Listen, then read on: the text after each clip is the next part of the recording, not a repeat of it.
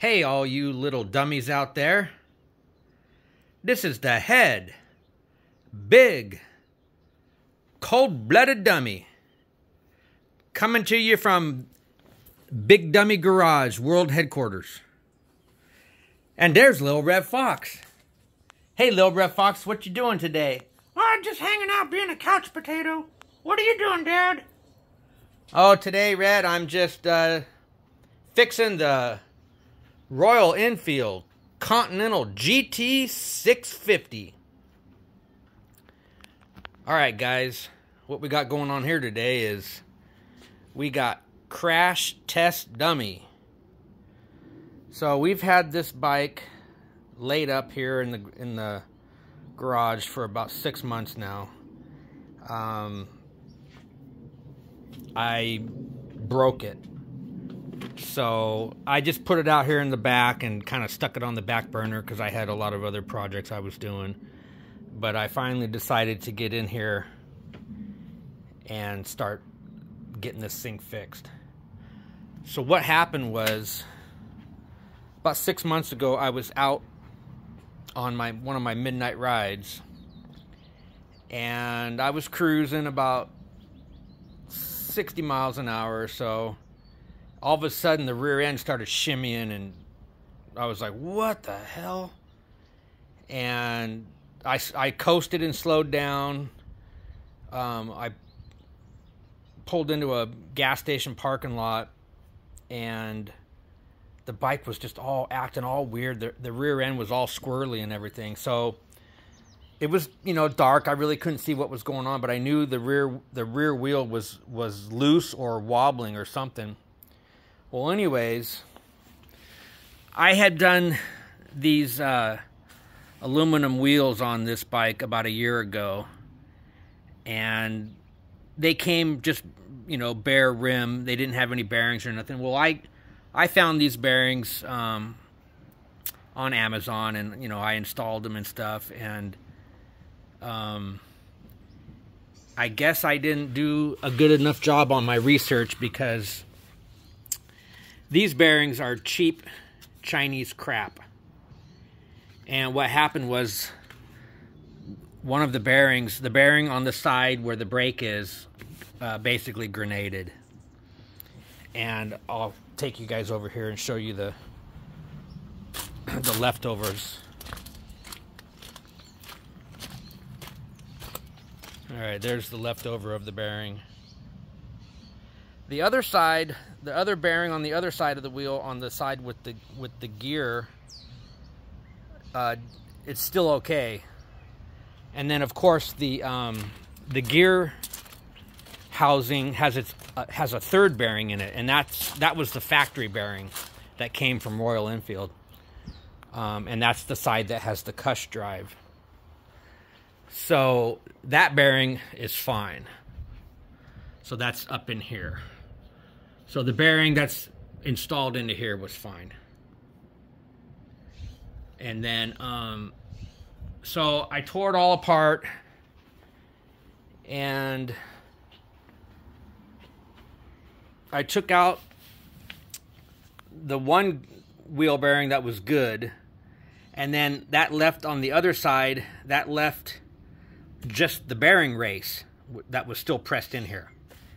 And that was a bitch to get out. So I ended up using a heat gun, and I heated up this aluminum all the way around. He kept heating it for about 5 minutes.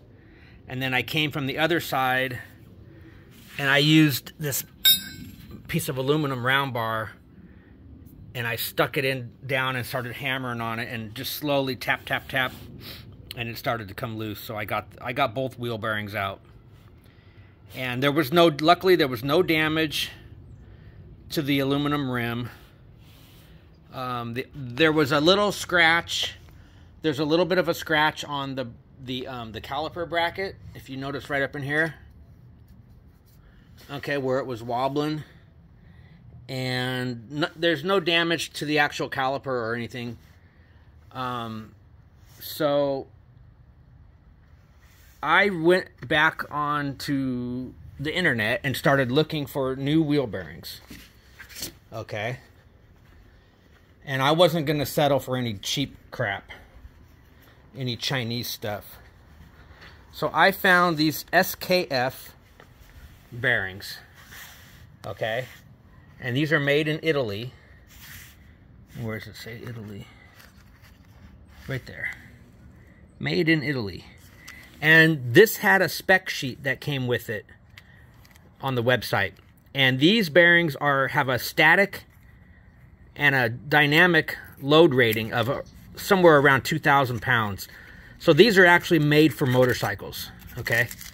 These ones are made for like electronic engine, like electronic motors, like electric motors, like in big, you know, grinders and, you know, different types of stuff like that. These aren't designed for motorcycles. So I'm replacing the 2 wheel bearings on the rear here, and then eventually I'm going to get the front apart and get those out and get those replaced. So I bought 4 of these SKF bearings. So anyways, the last time I installed these cheapy Chinese bearings, I just set them in there and tapped them in a little bit, and then I got a socket and I just hammered them in. And I just, at the time I was doing it, I was like, God, I'm really wailing on these things pretty good. And I don't know if that had anything to do with the failure of that bearing or not, but this time I decided I'm going to build me a homemade bearing press.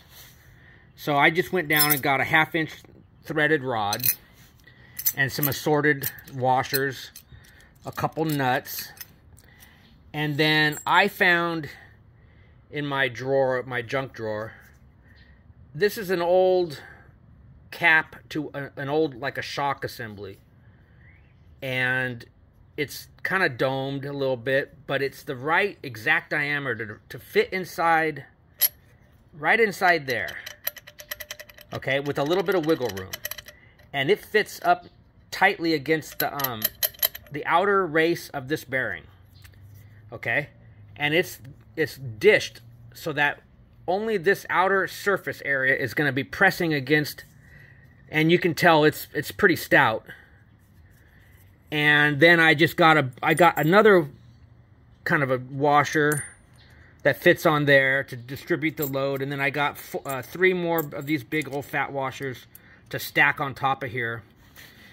And I rigged this up so that on the back side, I got these big old honking flat washers, okay, and this is the exact size to fit in here without having to remove the rubber cush drive. So that fits in there, and it goes up snug against the rim. And then there's 2 more of these big old stout washers, and then 3 of these smaller washers, and then the nut. So that goes on there like that, okay, and then that goes down, and then you center those, and then you bring this around. Okay, I'm doing this one-handed, so let me just get it kind of set up here, guys. I'll have to set you down. Okay, sorry guys, we got disconnected there. So basically what you do is you get this stacked on here, okay, with your domed washer all the way in and up against the outer bearing race. And then you stack the rest of your washers on top to give yourself, you know, something real stout. And then you just put your ratchet on one side and then a wrench on the other side, and you just crank it away.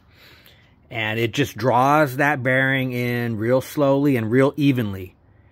And once it gets to the bottom out point, then you're going to really give it a good torque and make sure that that bearing is fully bottomed out against the stop on the inside of the rim. There's a machine part on the inside that it stops up against.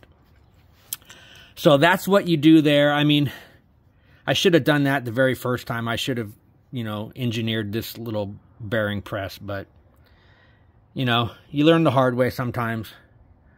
So anyways, we are going to get this, both of these bearings pressed in, and then I'm going to, I had put